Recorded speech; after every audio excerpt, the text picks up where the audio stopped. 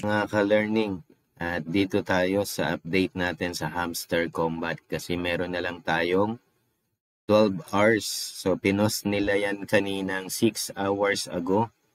So, ibig sabihin, kung 12 hours yan, so meron na lang tayong 6 hours kung sakali man, no?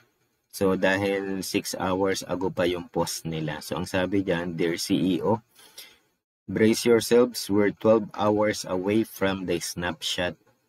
So, ano ba yon? Ang gagawin lang naman po natin ay i-connect yung ating mga wallet doon sa mga exchange kung saan nila isa-send yung ating mga token airdrop. Okay? So, katulad po nito, meron tayo dito at least para makita natin. Ito yun, no? Pag open natin ng Hamster natin, nakalagay na dyan, September 26. Pero yung snapshot na to ay mangyayari bago mag-September 26. So, ibig sabihin, yung mga token at yung mga wallet na ire-ready natin para doon yung sending ng mga airdrop po natin. So, pasok tayo dyan sa ating Hamster, tapos i-click natin yung nandun sa dulo, yung airdrop. Then, makikita na natin to, yung mga wallet na yan. Alam na natin to, no? Ito ay update lang para sa mga hindi pa at medyo nahuhuli lang sa balita.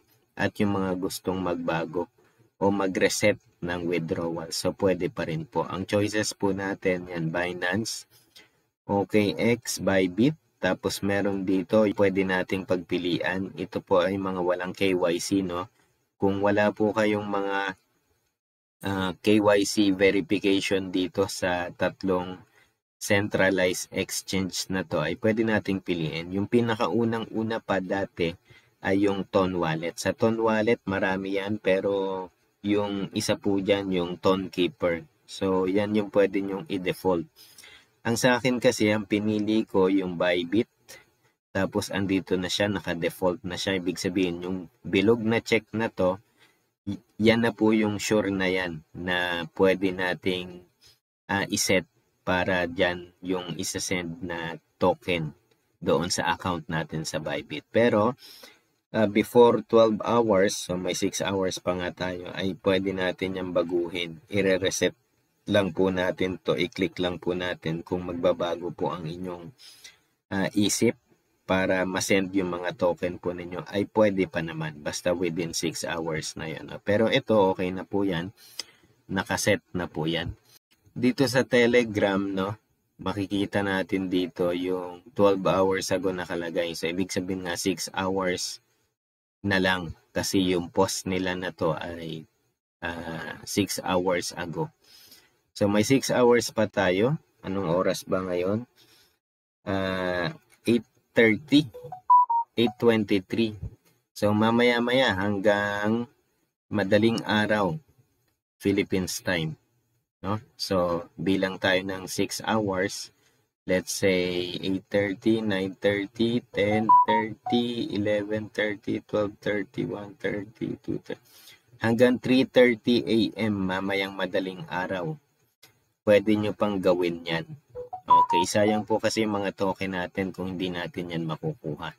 At least before yung September 26 ay nasend na yung mga token na sinet up natin doon sa sinasabi nilang dapat ay ayusin na before yung 6 hours. Ito yun yung araw na to ha. So, kumbaga September 20, parang magiging September 21 na rin kasi kung Philippines time hanggang mamaya yun ng 3:30 a.m.